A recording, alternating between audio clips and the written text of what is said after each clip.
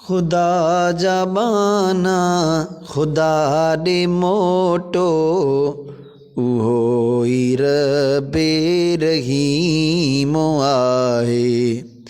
रज़ा इलाही मिली जहीं खे इहा ई फ़ौज़े अज़ीम आहे।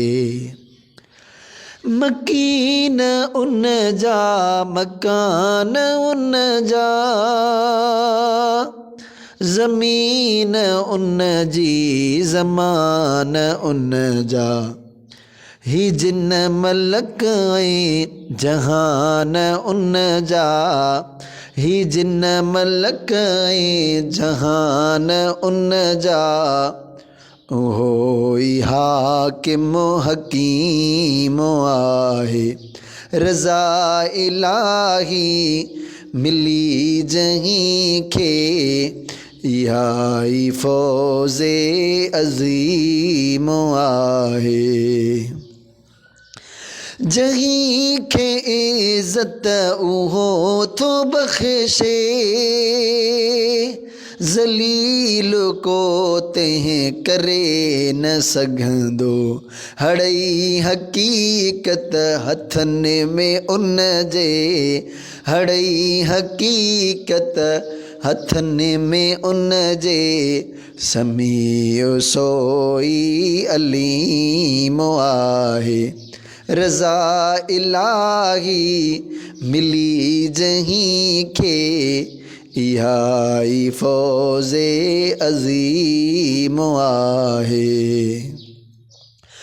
उहो जियारे उहो थो मारे क़ज़ा कलम जो उहो आ मालिक। नफ़ा ऐं नुक़सान उन जे पारां नफ़ा ऐं नुक़सान उन जे पारां अज़ीज़ आहे अज़ीम आहे। रज़ा इलाही मिली जहीं खे इहा ई फ़ौज़े अज़ीम आहे। खलील ले बाहि बाग ठाहे कलीम फ़िरऔन वटे निपाए। इएं करे थो जीअं थो चाहे इएं करे थो जीअं थो चाहे। हमीद आहे हलीम आहे। रज़ा इलाही मिली जहीं खे इहा ई फ़ौज़े अज़ीम आहे। उहो आवाजिद उहो आमाजिद अहद समद ऐं उहो आवाहिद। उहो ई हक़ुल वकील आहे उहो ई हक़ुल वकील आहे। ॾिसो त केॾो करीम आहे। रज़ा इलाही मिली जहीं खे इहा ई फ़ौज़े अज़ीम आहे। उहो ई क़ादिर क़दीर आहे